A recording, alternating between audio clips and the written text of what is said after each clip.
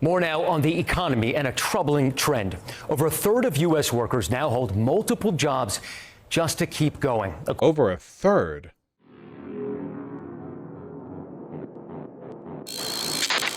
According to a recent survey by ZipRecruiter.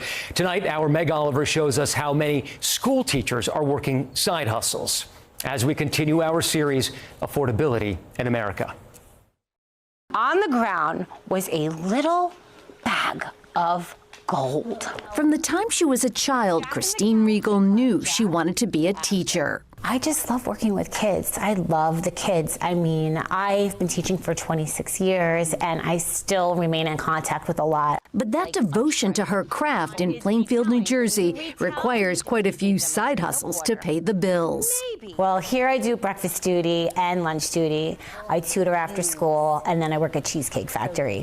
One in five K through 12 Christ, teachers man. report struggling financially, with 71% of U.S. public school teachers working at least one additional job. 71% of K-12 teachers working another job. Jesus fucking Christ.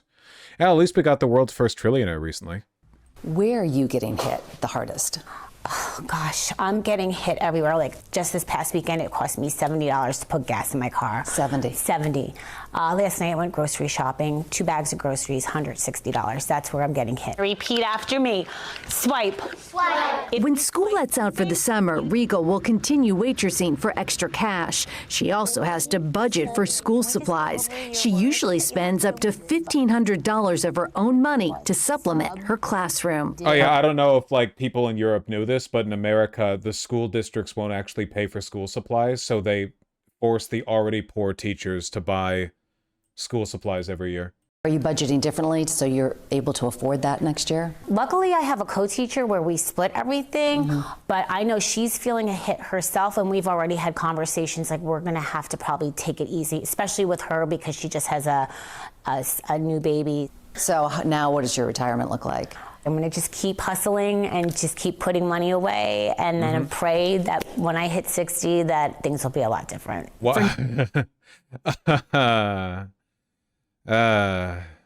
Delusional. Now, the single 54-year-old will have to keep hustling for You're single and 54, and you're hoping that by 60 you're going to have at least 6 more years. Meg Oliver, CBS News, Plainfield, New Jersey. It's a Barbie camper of sorts designed by the guy driving it there. Oh, this is just like I don't know, what's it, a compilation of CBS News segments? 30 on restaurants. In Texas, beef is so expensive, now barbecue joints are losing money on brisket, a staple menu item. Pitmasters are trying to steer people away from brisket and find That's genuinely insane. The Texas barbecue places are trying to steer them away from it. Okay. find other choices to satisfy their hunger. Jason Allen got a taste of the problem.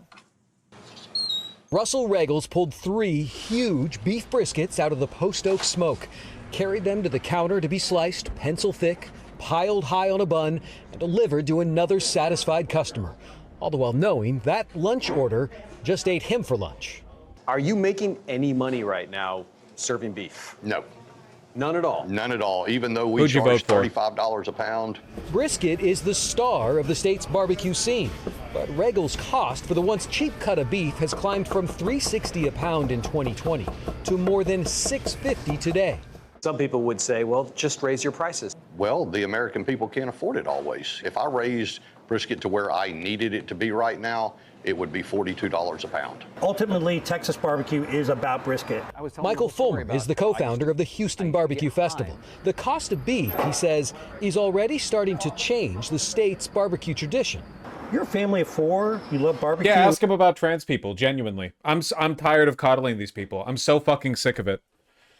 We should meet in the middle. Okay, no, I think we should both meet where reality is, actually. I don't think I should have to make my positions worse to meet where he is. I think he should have to make his positions better to meet where I am. You want to take your family out?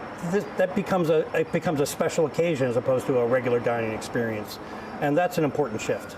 Pitmasters like Regal now regularly mix brisket trim into other dishes, sell the rendered fat, and encourage people to order something else.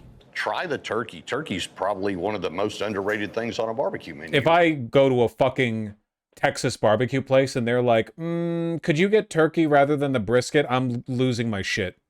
It's great.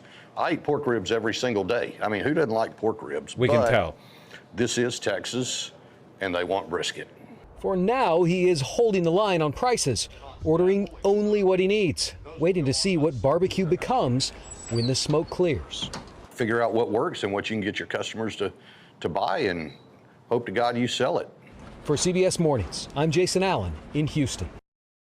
In the hills of Tunkhannock, Pennsylvania, a familiar red roof catches the eye. Inside, the vinyl booths, Tiffany-style lamps, and yes, the salad bar you may remember from decades ago. I mean, it's amazing the comments we have about they have the red cups. Yes, we do. Tim Sparks got his start working at a Pizza Hut that looked like this. He's now president of Dayland Corporation, which owns this franchise and more than 80 others around the country. They've redecorated many restaurants to rewind the clock. It looks exactly like the one that I remember from when I was a kid. Yeah, that's what we were after. Some Pizza Hut classics are now top-performing locations. Dead Customers culture. show up for Speaking of which, Pizza Hut just got sold to private equity today. Just today, huh? a piece of their childhood. It just brings back memories. To share with their own kids. When you finally find something that tastes how you genuinely remember it tastes. Yep. Long range capital, 2.7 billion. Pizza Hut's strange new private equity bedfellows, 24-hour fitness, and a death care firm. Like, you can't let it go. This is why, and again, this is what I mean about journalists. Like, journalists are the enemy. From an NBC News article. Since taking off in the 1980s, private equity firms have come to fill a gap in the American business landscape. Ah, yeah, man. They just couldn't live without them. When were they invented? Reagan? Okay. Genuinely, they're all complicit. They're all complicit, man. People come from 2 and 3 hours away, and I'm not making that up. More restaurants are serving up nostalgia. Franchises like kind of irrelevant, but this whole nostalgia return at art's very unsettling to me. It's a sign of cultural death. It genuinely, it's a sign of spiritual decay. Nothing new is being made. We are just reinventing. Like, everything in Hollywood is a remake or a revival or a sequel. Millennials are making video games and they're just copying the games they enjoyed in their youth. Like, there's genuinely such a push to drive in, rather than to innovate, to just play off of nostalgia, which is, as we all know, a fascist impulse. You've seen how many fucking neo-Nazi accounts on Twitter are basically just like, I miss when Taco Bell looked the way it did in the 90s?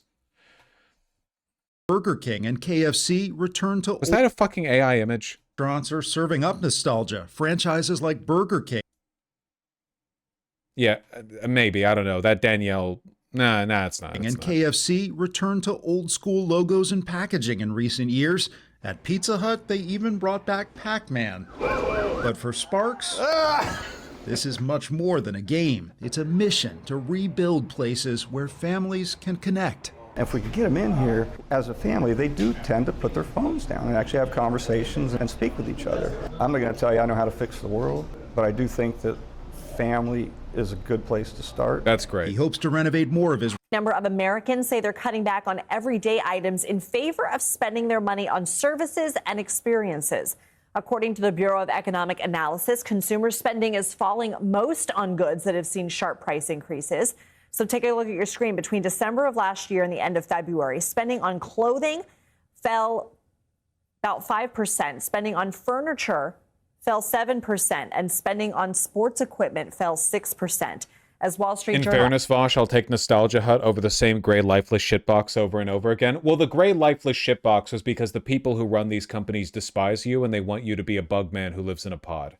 The return to nostalgia is it's the carrot that goes along with the stick. You're meant to live in a cycle between gray austerity, Silicon Valley tech bullshit, logo redesigns that look like nothing. But then, hey, here's the carrot. things can be like they were in the 90s. Disgusting, garish, artless, uninnovative, a desperate and cynical attempt to play on your, feelings of childhood. And that's the cycle between, No one gets anything new or good or innovative. You just get the cycle back and forth between, private equity scraping the bottom of the barrel or cynical appeal to your childhood. Back and forth and back and forth. Economics reporter Rachel Wolf writes in her recent piece, the trend shows that recent inflation is not being driven by consumer demand, but by companies passing on increased costs to their customers. Rachel Wolf joins us now. So thanks for being here. You note that people are still spending on travel, financial services, health care. Why is that? People are responding to inflation. It just doesn't look quite like what you see on the surface. So on the surface, it kind of seems like consumers are doing fine. But when you peel back and look at specific categories, specifically the durable goods that fill our closets and our garages, it's clear that consumers really are mad about inflation and they're responding in kind by buying less.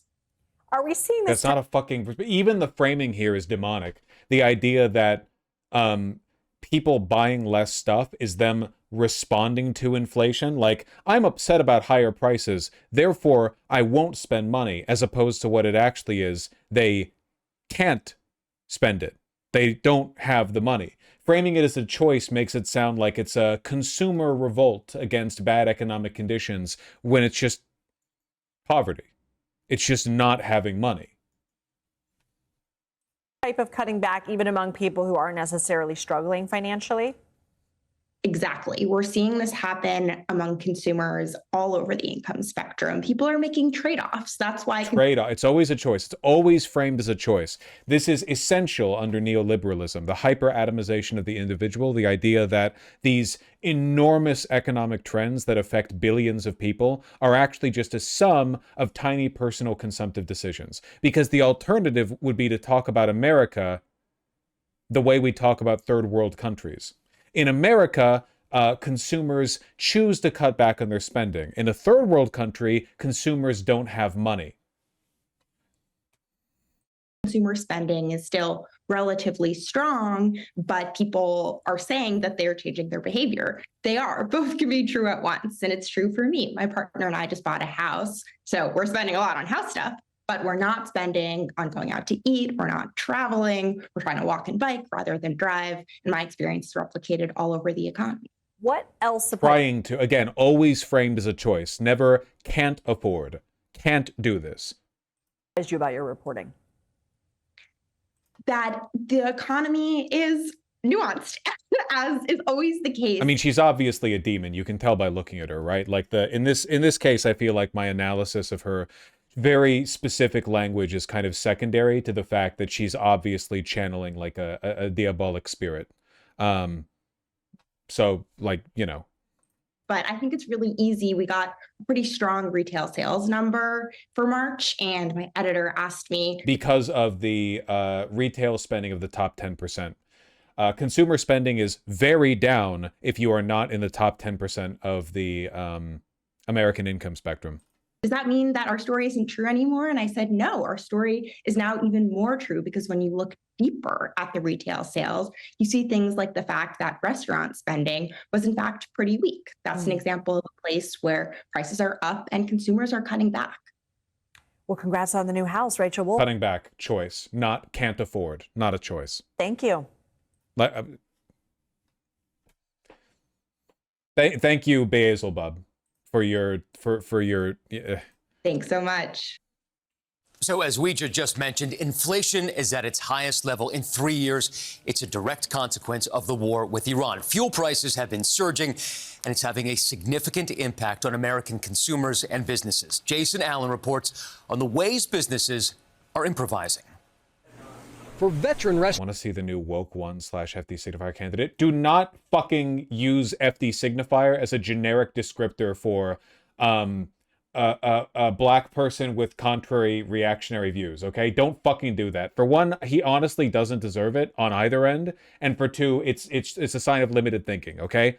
If your ability to express complex political ideas and the contradictions held in the mind of the average voter is limited to obliquely gesturing at internet drama or whatever. Like, you need to describe your shit.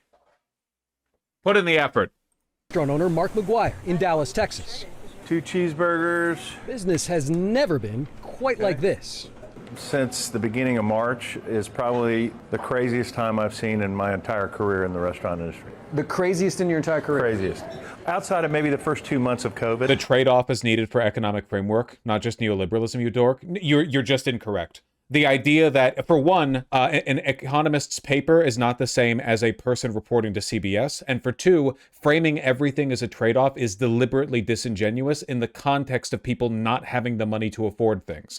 We do not talk about other countries this way. If we're looking at a country where people are starving, people do not go on CBS and say, yeah, consumers over in the Democratic Republic of the Congo are making trade-offs. They're choosing to spend less at the grocery store. They don't talk that way. They choose to do it here because the neoliberal framing is deliberately atomizes the individual and allows them to avoid saying stuff like Americans can't afford X. It is a deliberate choice. He showed us his invoices, which now all include a fuel surcharge. He says vendors are constantly changing prices, and regular menu items are sometimes unavailable. Well, I don't know tomorrow what I'm going to pay for my salmon. I don't know if I'm going to get my wine. It's crazy. And customers are ordering less. People come in here, they order an entree. They may or may not order an adult beverage and or a soda, and that's it. They don't. My dessert sales used to be about 7%. Now they're less than 1%. Consumers across the country are now weighing where to spend their money. There's reason for concern, with inflation rising to a 3-year high. Weighing where to spend their money. Again, always, the language is very, very, very deliberate. These are paid propagandists. Billions of dollars are spent on maintaining a very tight narrative control through the media. There's a reason they talk the way they do. It's not an accident. You can only read so many articles in the New York Times where they talk about the genocide in Gaza like a natural disaster happened to them before you realize that they have a very specific way of talking about things for a reason. Data shows double-digit jumps in the price of gas and airfare compared to last year. Everyday staples like fresh vegetables, roasted coffee, and steaks also saw sharp increases. Back in Dallas, McGuire's thinking about when he will have to raise menu prices. If you're already seeing people pull back, I would think the last thing you want to do now is try to increase prices even more. It's pretty scary. It's a pretty scary place to be, for sure. And McGuire's not alone in feeling the strain here. The Texas Restaurant Association recently surveyed its members. 77% of them reported that they're seeing a higher cost of goods from their vendors, and 66% of them are now seeing those fuel surcharges on their invoices. Yay. And I'm joined now by Aaron McClain. Morning. Yay.